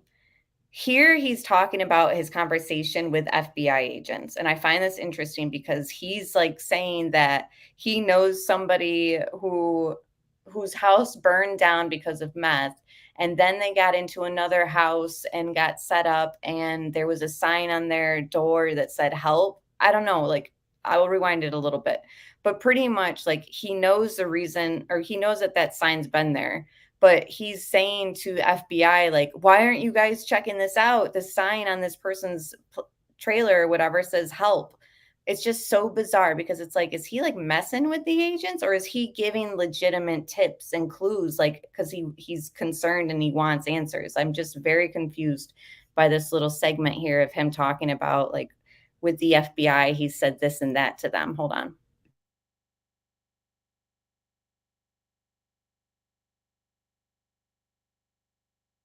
Both sides help, and I said, I told the FBI, you need to go out there because I wrote. But he lost his house, or he lost everything he had over there.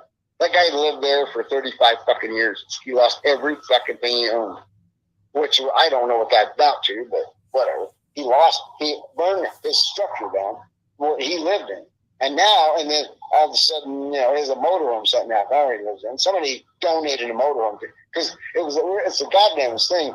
Because the signs out there on his gate, it says help on both sides, help. And I said, I told the FBI, you need to go out there because I rode past this place and it says help. Maybe Dylan's out there. Go search that place. They have not done it. Oh my God.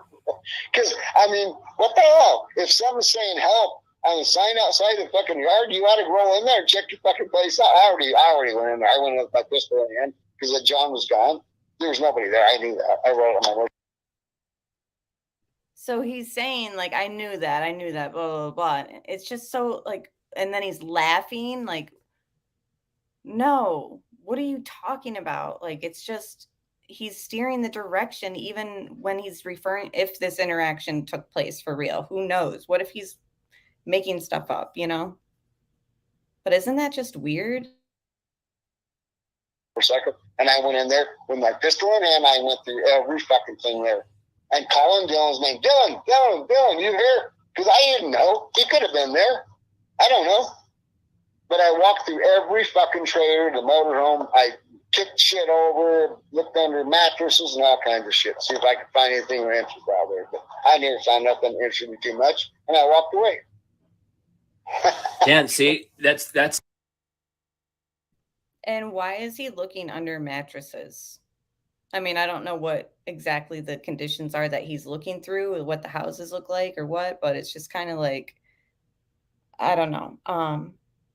And here, another interview of him stating over and over. The first one was with Crime Time with Jess, when he ranted on, and you guys can listen for yourself. I don't know where Dylan is. I don't know. And he's like loud about it, like really trying to convey, like, I don't know. Here we have him again saying in that clip, I don't know where Dylan is because I don't know where he is. It's just like way too much convincing in numerous interviews of him saying, I don't know. In my opinion, it's suspicious. I don't know how he plays in, but that was weird. Exactly. I went 600, over 600 miles on my motorcycle. So doesn't that confuse you? No, because the only reason I was doing that to ease my mind. Because I feel you. So here he's saying, I drove out 600 something miles myself. I know, blah, blah, blah. And he's like, so the interviewer, doesn't that confuse you? And he said, no, because I was mostly just doing it to ease my mind. So he's only searching for Dylan to ease his mind, whether that means something not nefarious, or what if it's just him going through the motions of like knowing more and like wanting alone time, and he's quote unquote searching. And I don't know. I just feel like it could be something, it could be nothing. Like where's his head at? It's very hard to tell. And for some reason, my gut is just trying to tell me that like he knows more about something. Yeah, I agree. He is trying too hard. He sounds like he is trying to be well liked and get his point across, especially if he's been running around talking everywhere. I watch behavioral panels, every episode, this dude reeks of a suspect. I agree, but like, where does he play in? That's where we're all like, what? Hi, Tiny Ghost. Thanks for being here. All right. These fuckers sitting there watching me. I'm thinking I'm being arrested any minute. I'd rather, if they can't arrest me if I'm gone, I would go out in the desert all day long and just roll on shit. I would do homework on my computer. I'm like, oh, I'm going to go on this mine. I pinpoint them with my GPS, and I'd take that GPS and I'd go out there. And mines I never seen. I didn't know they were there. I'm like, oh my God, I didn't know that was there. I thought I knew there were mine out here after 35 years. I found out I didn't. When I started pinpointing them on Google, I'm like, oh my God, I never been there. I never been to that one. Never been to that one. So it kind of, in a way, I just started exploring. But in a sense, I'm still looking for Dylan because I don't know where Dylan's at. I don't know. Oh my gosh, guys. We could do a game, like take a shot. I don't drink, but like take a shot for those who drink. For every time he says, I don't know where Dylan's at. I don't know. He just said it again.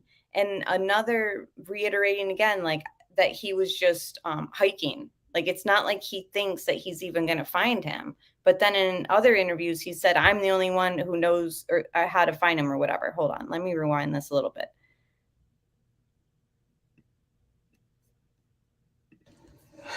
But I'm doing art. That's what they're doing. They're out rolling on. That's what they're going to do all this weekend. They're going to roll on mine shafts and all this bullshit, and they're going to find absolutely fucking nothing. Well, that's like that guy. He don't know this area anything like I do.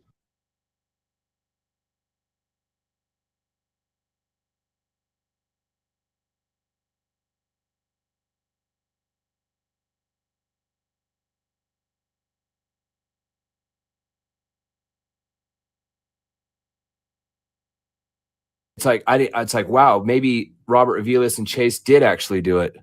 Mm-hmm. Well, that's, when you first hear the story, that's what it points to, just because of the meeting with Dylan, and Aviles is a fucking piece of shit, and they were what do I want to call them, butt buddies and stealing shit out here. One would be the lookout, the other would do the dirty work, kind of shit like that. Because Chase had no wheels to do this shit. I mean, at one point, Aviles had the wheels. He borrowed his mother's car. And a black fucking car. You go out in the desert, shut the lights off, nobody knows you're there. Nobody. But the fact that Robert Aviles took Chase out there to Dylan, that speaks volume right there. There's your suspects. And there you go. Why? Of course, they're not telling us that turned into be something, or it didn't. Yeah, actually, that little fucker. So I really believe that Aviles took him out there the first time. Wow. The first time Chase came back all fucking bloody and shit. No. Chase was bloody. That was Wednesday. That was Wednesday, and we jumped out in front of Dylan, and it was like, but he kind of got to witness Dylan drives a red truck, right? And all of a sudden, here comes Dylan down the fucking road in the 10-wheeler with the seed. It's a rainy day. He's coming down the road with the seed. They want some cake down the fucking gate and shit. And they roll in. This is my imagination. They roll in behind him because this is what the psychic said. They were following him. Damn. So they see. Now listen to the clear details he gives, and then catches himself. Oh, the psychic said this. This is just in my mind. I'm just imagining this. Like he catches when he gives himself away.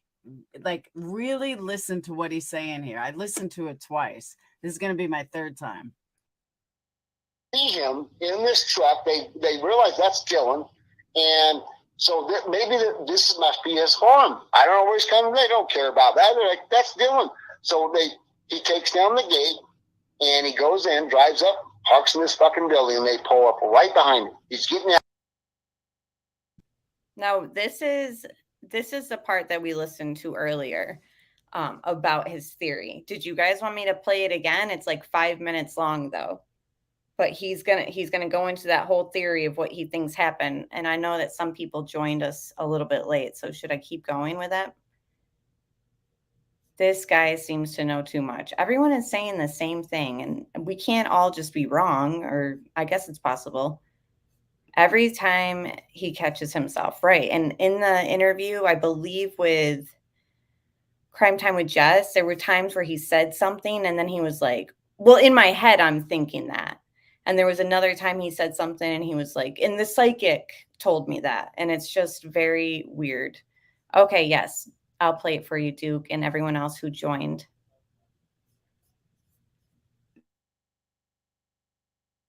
Now, and they say, Dylan,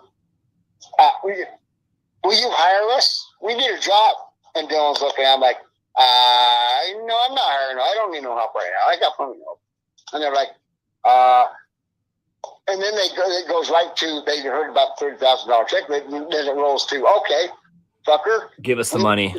We need some money. Fuck, that's, wow.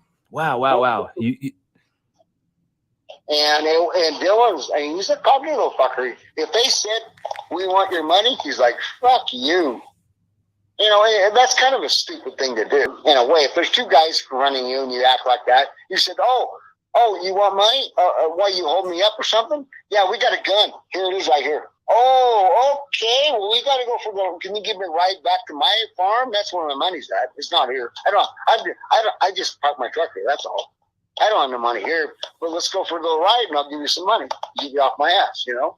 I mean, what's money worth if you're going to die? Not worth the fuck, right? Yes, exactly. He's 19 years old. He don't think that way. He's thinking, no, fuck you. You're not good. Fuck you. And then they pull a gun out and he's like, oh, shit. Oh, my God. And he runs out the back door of that shop after that pile of dirt out there because he knew where that was at. He's thinking, I know a place I can get behind a pile of dirt and let them shoot me out until they run out of fucking ammo and I'll run the fucking, and then I'll haul ass again, right? Because they don't know how many shots in the gun, you got to refill it, right? I mean, if you got a brain, you know, you make 10 shots, most with a pistol now. It's 10 shots.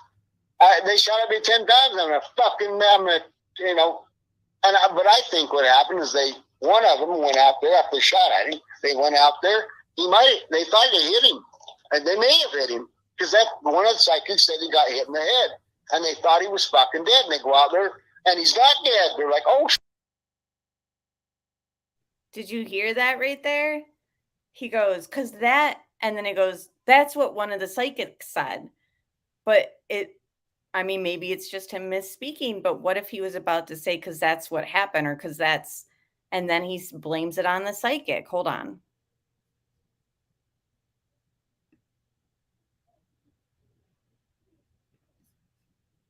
And they may have hit him because that one of the psychics said he got hit in the head, and they thought he was fucking dead. And they go out. One of them went out there after they shot at him. They went out there.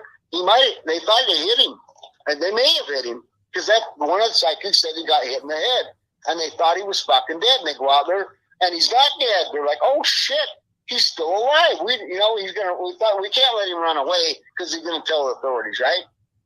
So we're gonna kill him, right? And it didn't get the job done. So I'm like, oh, he's still alive. So now what are we gonna do with him? You know, and maybe he was alive enough that he took his boot off. The only thing he had to fight with. That's what I think happened with the boots. He took his boot off to use as a weapon against them because they're coming at him. He's wounded. They're coming at his ass, right? And he takes his boot off and he's swinging it at the fucker, trying to get him off. Whether, you know, with the only weapon he's got. And, you know, imagine if you swing a boot or something, you miss, it's going to go flying. You can't hold on to it. It's heavy enough, it's going to fly around. So he managed to get his other boot off. Were they steel toe? No. They're just fucking, you know, work boots. So, you know, if you're swinging a boot and you're usually wounded, they're coming at his ass, right? And he takes his boot off and he's swinging it at the pistol. Now, it's 10 shots. I'll give you some money. Get you off my ass, you know? I mean, what's money worth if you're going to die? Not worth the fuck, right? So I'm like, oh, he's still alive. So now what are we going to do with him? You know, and maybe he was alive enough that he took his boot off. The only thing he had to fight with. That's what I think happened with the boots. He took his boot off to use as a weapon against them because they're coming at him. He's wounded. They're coming at his ass, right? And he takes his boot off and he's swinging it at the fucker, trying to get him off. Whether, you know, with the only weapon he's got. And, you know, imagine if you swing a boot or something, you miss, it's going to go flying. You can't hold on to it. It's heavy enough, it's going to fly around. So he managed to get his other boot off. Were they steel toe? No. They're just fucking, you know, work boots. So, but if you're swinging a boot, you're using the heel. The heel is what's going to do the work for you. Imagine getting hold of a boot. The high top boots. And his boots were his only weapon. Yeah,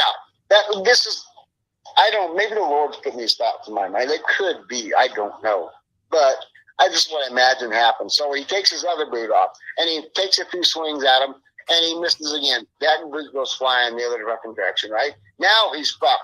Only thing he can do is fucking run. Well, he's wounded to start with. He has no shoes on. How far is he going to run? They got shoes on. They're not wounded.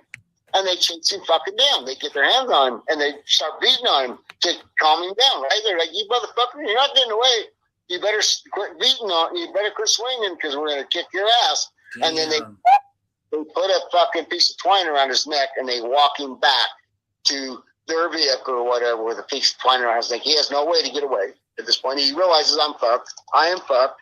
I got to listen to these motherfuckers at this point. I got to appease them to some degree. I've appeased them. They're going to fucking kill my ass. Oh, my God. That makes the most sense. So at some point, they said, where's your fucking money? Where's the money? Where's the money? And he says, okay, well, he's trying to appease him. He doesn't want to die because they have a fucking rope around his neck, and they're going to throw him in the trunk of a fucking car, I have to think, and they're going to take him to a drive. Well, they probably set him in the seat to say, okay, show us the way to where the money's at. At that point, I don't think they knew where his farm was at. So this is how the seat and shit got forward, okay? So they drive him. They make him show him where his place is at, right? He's tied up. He has no defense whatsoever. And they said, where's your wallet? It's in my truck right there.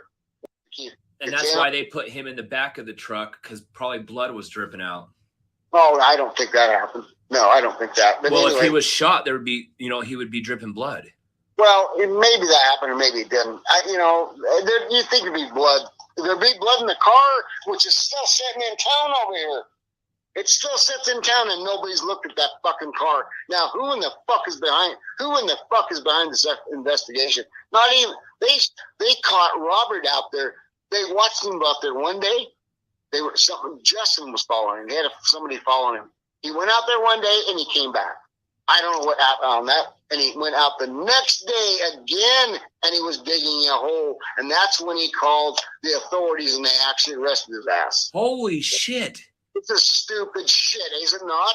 It's fucking retarded. It has to go to this point to get their hands on a fucking felon that's on parole. Go grab the motherfucker. They should have done that the day I said he could be held over there. They should have grabbed him right there because he admitted to him. Yes, I killed Chase to Lucen. You could have solved this whole thing, Kurt. A long time ago. And I said, did you ask him what color? Because he said he had a 4-wheeler sitting there. When I dropped him off, he said, this is my dad's property. There was big trees there. And I said, what time? Did you ask him what time of day or night this happened? No, they didn't ask that. Did you ask him what color was the 4-wheeler? Was it red, green, blue? Come on. I could ask that kid fucking 50 questions right then and there. Wow! So wow! Why was the reason? What's the reason Chase had you take him to Lucen? What was that reason? Obviously, he knows that fucking reason. Oh, well, he needed to run over to Clinton to his parents' house. Perfect. That's a perfect fucking situation, right? Now you know that. That's why he went over there, because he maybe he clipped Dylan on his own. I don't know, or got overcome Dylan on his own. I don't know. If he had a gun, it wouldn't be hard. Maybe Robert wasn't even there. I don't know. He just speculated that maybe he clipped Dylan on his own. So he's saying that Dylan died by gunshot in this interview. Pretty much he's saying that. So mark that down. Hello, Open Minds. I saw you come in. I got a little bit more to play, not much, but I think it's noteworthy. And yeah, I'm really sorry for his language and all that in this. It's atrocious.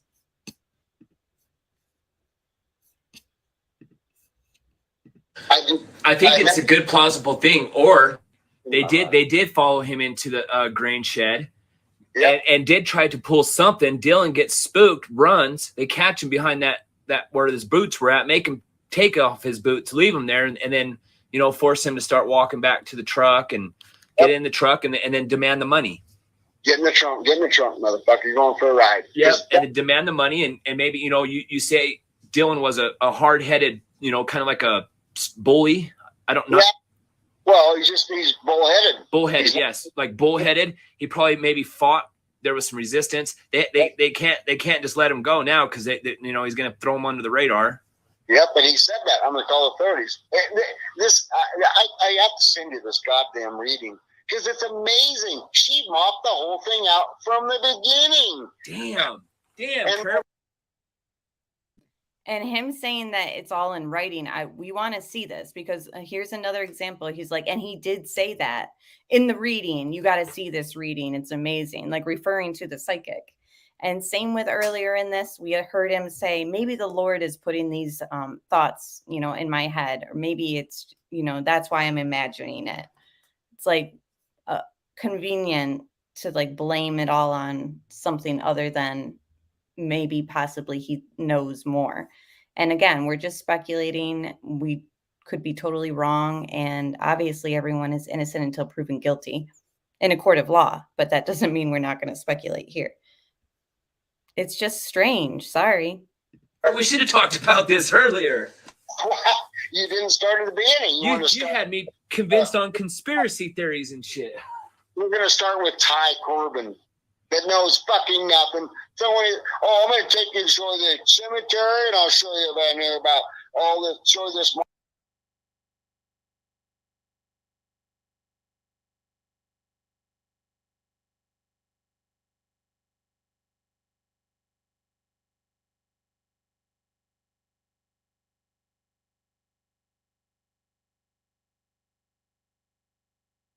Don't they sound logical?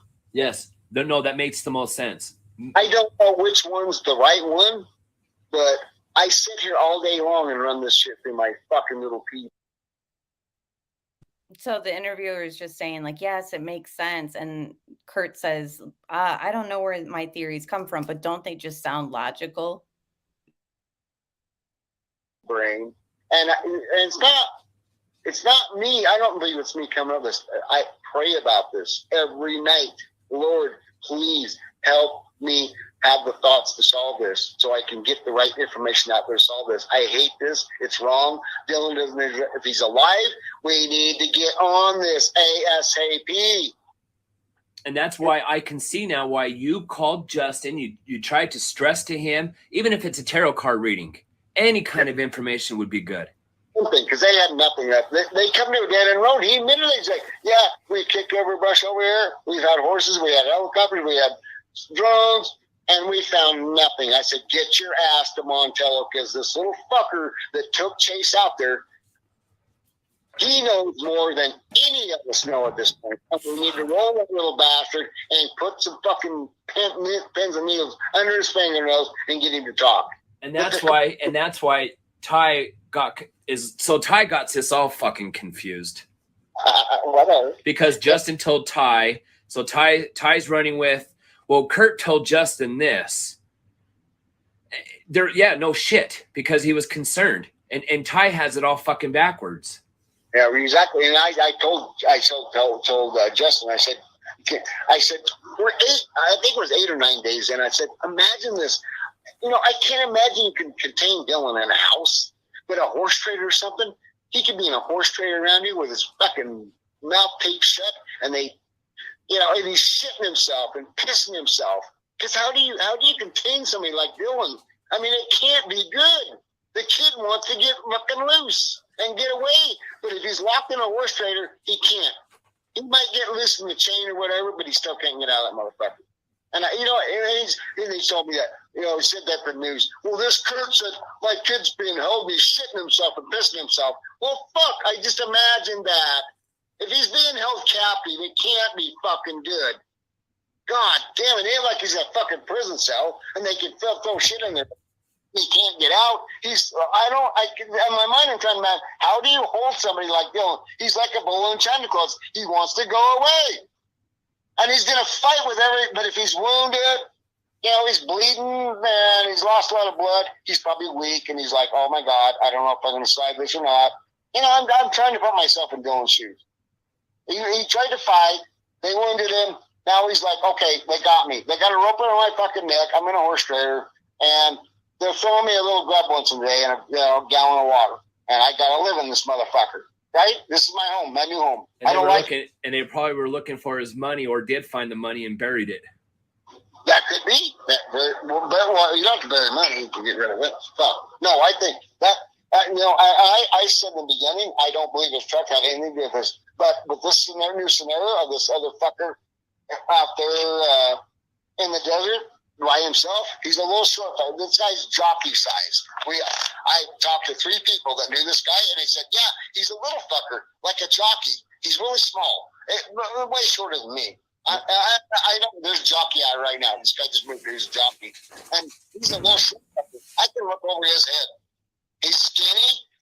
And, I can look over that fucker's head. I thought, so jockeys are real short guys. I didn't know that. He's, oh, yeah. The tinier you are and can ride a horse, the better, the more they want you. They don't want no more weight on the horse than they have to put on a fucker, And then that makes sense. They probably power washed the truck. No, I told you this story, didn't I? Yeah, you told me that Dylan power washed it. But if they had, because they could have probably used a car instead of Dylan's truck. Yes. Everything makes sense now, Kurt. Everything makes sense. The pressure wash anything at Dylan's, you would have to go out and start his fucking pump, which they would have no clue how to go about that.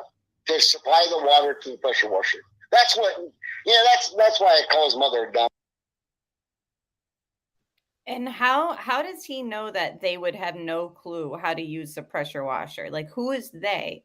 And is he referring to Robert and Chase, or I don't know? And would Kurt know how to use the pressure washer, whatever? On this. The pressure was, we were sitting next to his truck. There ain't no water over there. He had to start the pump that served the pivot. And he's talking down about the family again, talking about Candace. And it's horrific. It's a big old fucking diesel motor. You got to know how to start that motherfucker. And it's got to pressure up. It's got to get water clear in the pivot before the pressure comes on. It's retarded to even think that could happen by a stranger. I'm more pissed about why she didn't listen to you when you told her, or I don't know if you told her. I'm upset that she didn't listen, or nobody listened to you when you said, hey, he already power washed his truck. He left it here. Yep. And they didn't hear that.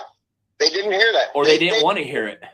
They heard what they wanted to fucking hear. Obviously for me, and I said, I'm going to shut my fucking mouth. And in a way, I'm kind of sorry about that. I should have jacked their ass up. You fucking assholes better listen to me, or your kid's going to fucking die. If he's alive, there's a time period here. He's going to be alive. And at some point, he's going to fucking die, you stupid fuckers. So you better listen to me, because I know more than you don't even know where his farm is at, you stupid fucks. So figure it out. I know how to find Dylan. You better listen, come here tomorrow and talk. But I just walked away. Because nobody would listen to you. They were coming against me. They said that night on the news. Oh, this Kurt Wadsworth, he led us on a wild goose chase. Said our kid was being held in Montello in a house there, and it turned out to be a wild goose chase. I never said that, and I also told the fucking cops out here. They were all here. I said, so he's not over there. Let's roll in this place and this place. Let's out the highway. Let's hit the next place and let that fucking place out. So he wasn't there. He could be at this next place. And there's another place, Tom Hardy's place. And we can't do that. What the fuck are we doing then? You just roll on this motherfucker? We just knock on the door. We just knock on the door and say, hey, we got, Dylan Reynolds is missing. Can we walk through your place? If they have nothing to hide, they're going to say, oh, you're welcome. Come on in. Come on in. Unless they got drugs to hide. They're going to say, no, you need a warrant. Oh, okay, we'll get one. And call a fucking judge on the fucking phone, because they say that there's something to fucking hide. Especially in a situation like this. There's a fucking 19-year-old kid missing that all the tweakers knew he got $30,000. And time is of the essence. And you're trying to put pressure on these fuckers to look in these homes, and they won't. Because they said he was alive. Wow. All they did. God, I'm thinking this kid's fucking alive. We got to roll these fuckers. He could be dead tomorrow because when the heat comes on, and then there was they roll this fucker over here, right? They went through his fucking house, everything. He wasn't there. I said, look, let's go out the highway. We got to hit 2 more places. I know, but at least 2 more. And they said, no, we can't do that. And I'm thinking, the word's going to go out that you search this place. You're going to whack his ass tonight, you stupid fuckers. Because the heat's on up their ass. If they take him back out in the fucking desert where he lived and dump his ass off, what's the trail now? How are you going to catch up with that shit, you stupid fuckers? Did you already searched out there? If they're smart, they take him right back where they already searched and they can throw him on top of the ground. And they're not going to research what they already did. The stupid fucks. That's how I think. I should be a fucking investigator. I think you should. You'd be good at it. Mm-hmm. So it all makes sense that they found out he had this money. He must have cashed a check or he had the cash on him. Yep. They found out these greedy little fuckers who go around stealing petty ass shit like guns from your neighbors. Yeah. Right. Chase goes to Robert, says, hey, give me a ride out there. Yeah. Robert, I'll do the dirty work. Yep. And they drive all the way out there. When he was parking his grain truck, they probably had a chit chat with him and then said, give me the fucking money. Dylan, being a bull, probably fought back or said "fuck you" or no, or that the psychic says he said that. The psychic, she almost puts the words in Dylan's mouth. It's amazing what she said. I'm like, oh my god, she paints a picture. It's what she saw in her mind, and that's what made and that's why Chase hightailed it out of there, raced to a pizza place so he could be on.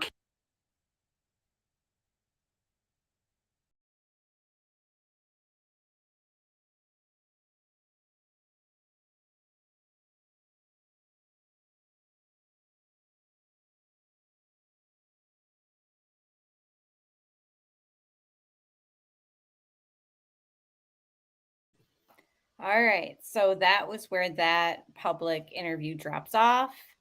Hi, Allison, and hello, the analyst.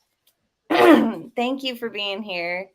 Appreciate everybody being here, and please like this stream if you haven't already. I think we all deserve a round of applause for having to listen to Kurt ramble on like that.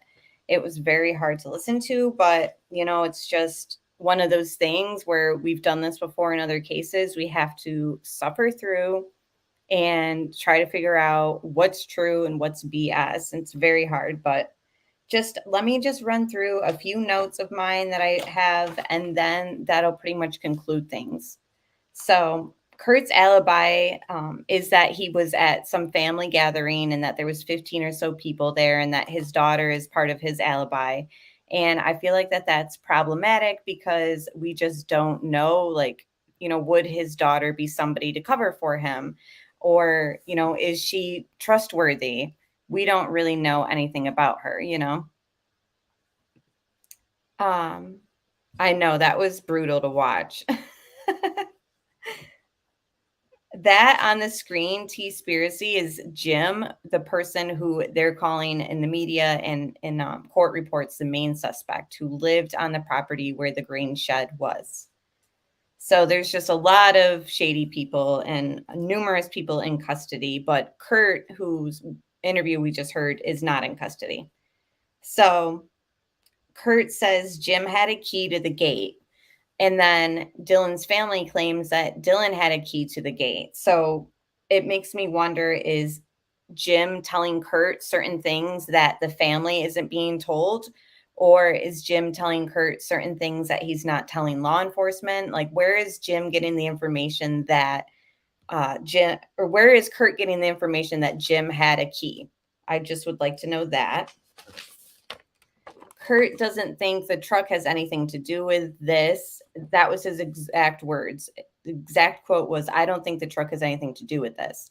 My question is, what does this mean? Is he referring to the disappearance, or, is that another slip up?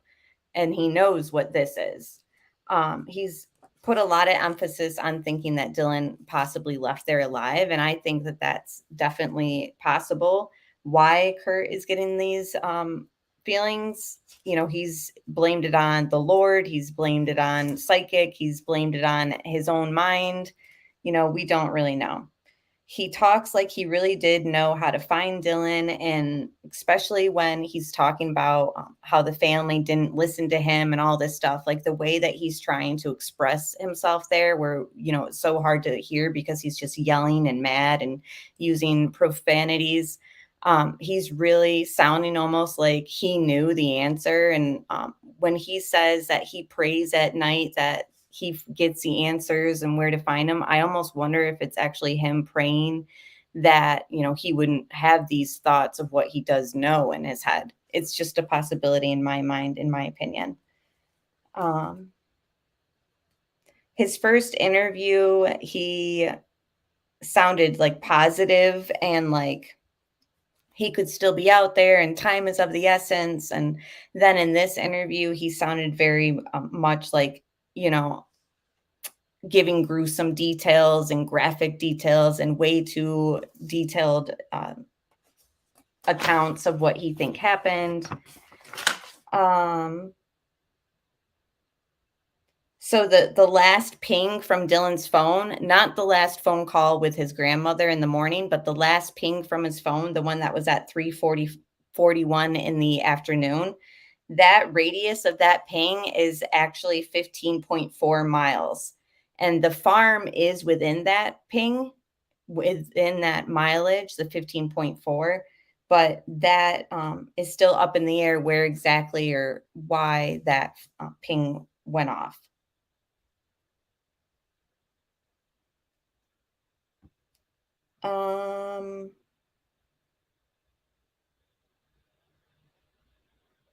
So early on, and Candace talks about how Chase was trying to get a hold of the authorities to tell them that he had nothing to do with this.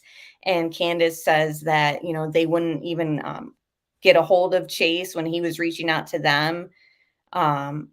She was saying that that was strange. It makes me wonder if the fact that we uncovered that Chase had a standoff with policemen before in his past, and he led them on a long police chase, it makes me wonder if the police were afraid to just deal with Chase, like just didn't even want to. I don't know. It's just me speculating on why it took them a little bit to kind of get a hold of Chase and talk to him, even after Chase was reaching out to the family and to authorities in efforts to speak to them about it.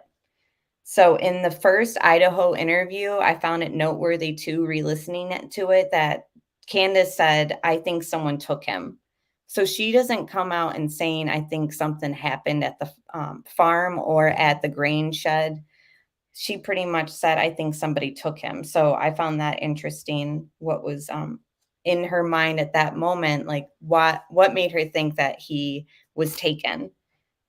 So again, I'm not sure of a motive on all this. I know there's a lot of things being speculated on, and I think it's all good theories, and I think it's all noteworthy, and I really appreciate everybody in chat and those watching this on replay who have theorized and left comments. And I appreciate the community in general for, you know, running this case like so many others, where we all just dig into things in our own way and pull out things in our own time. And it's just really a good way to kind of brainstorm, you know, watching everybody's research on this and reporting on this case.